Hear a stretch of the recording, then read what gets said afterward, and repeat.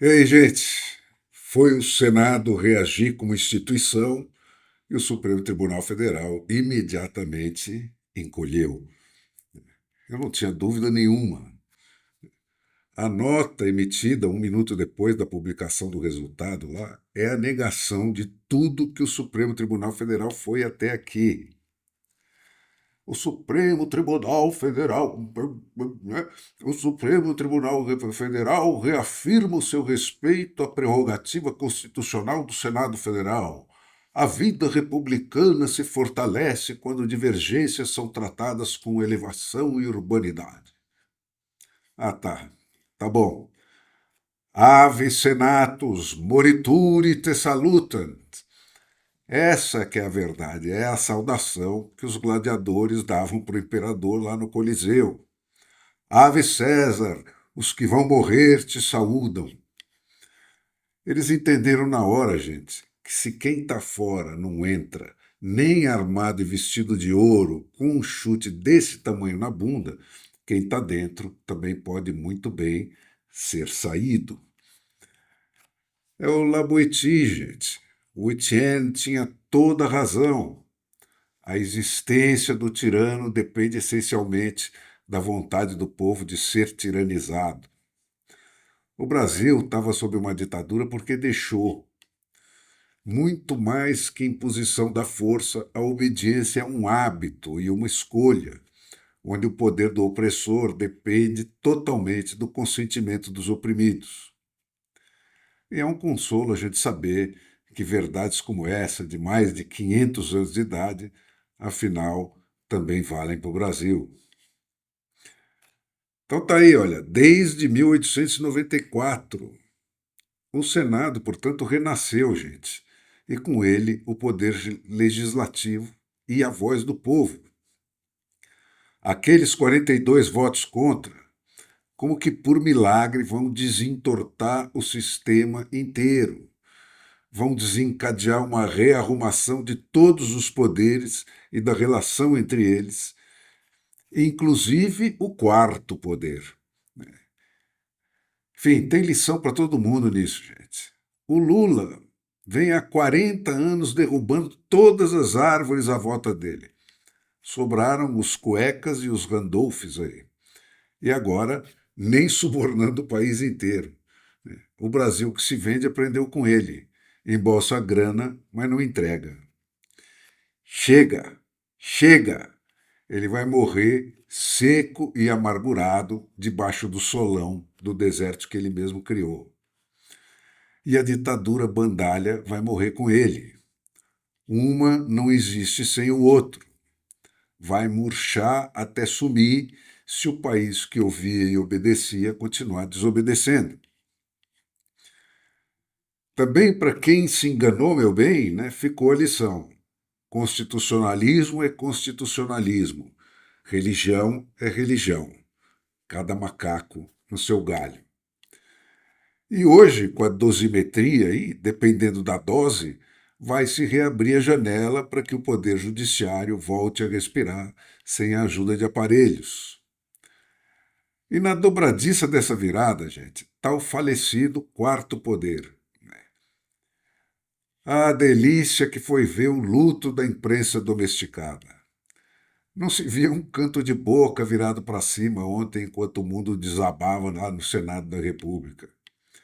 Teve apresentador que envelheceu 10 anos e alguns minutos diante dos olhos dos espectadores.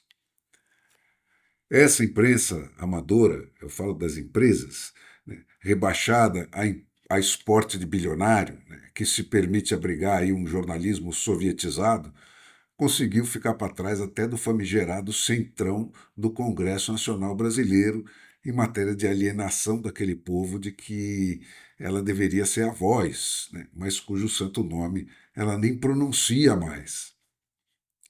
Quem passou a manhã vendo as análises de hoje viu que ainda não se tocaram esse pessoal. Continuam acreditando que tudo nasce e morre lá naquela estação espacial de Brasília, que nada tem a ver com a vontade da nação.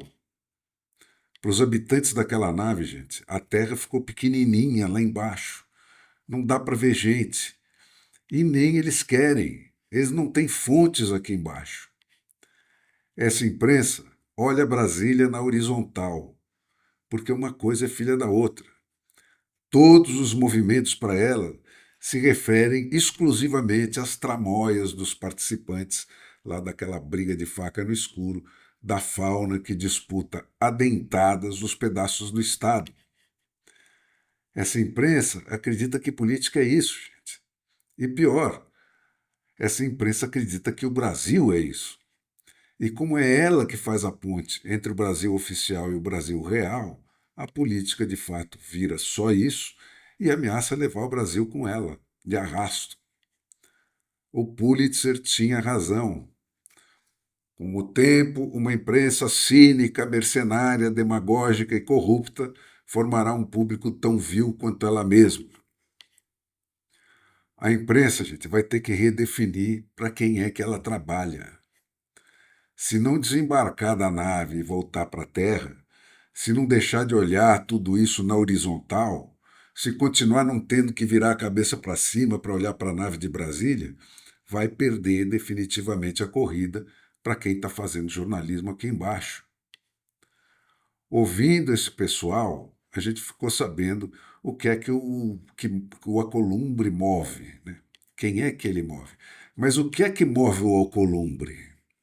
Um homem que sabe fazer contas na direção contrária dos cargos e dos bilhões.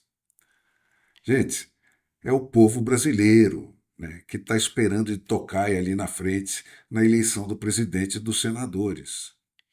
O Alcolumbre, que não nasceu ontem, não tira os olhos do povo que vota. E o que o Alcolumbre está vendo, gente, é o fim de uma era. E isso nos leva direto para onde ele está olhando. E a eleição? Cara, para além do óbvio, o que dá para ver é que sem o lulismo prenuncia-se também o fim do bolsonarismo, porque um existe exclusivamente em função do outro. Bom, até que enfim, gente, o sonho de um Brasil sem ismos. Isso reabre, antes de mais 4 anos de calvário aí, a oportunidade do Brasil escapar desse paralisante anel de ferro Lula versus Bolsonaro. O Flávio está lá porque a alternativa era Lula. E o Zema sonhou. E se não for mais? Pois é, parece que não vai ser.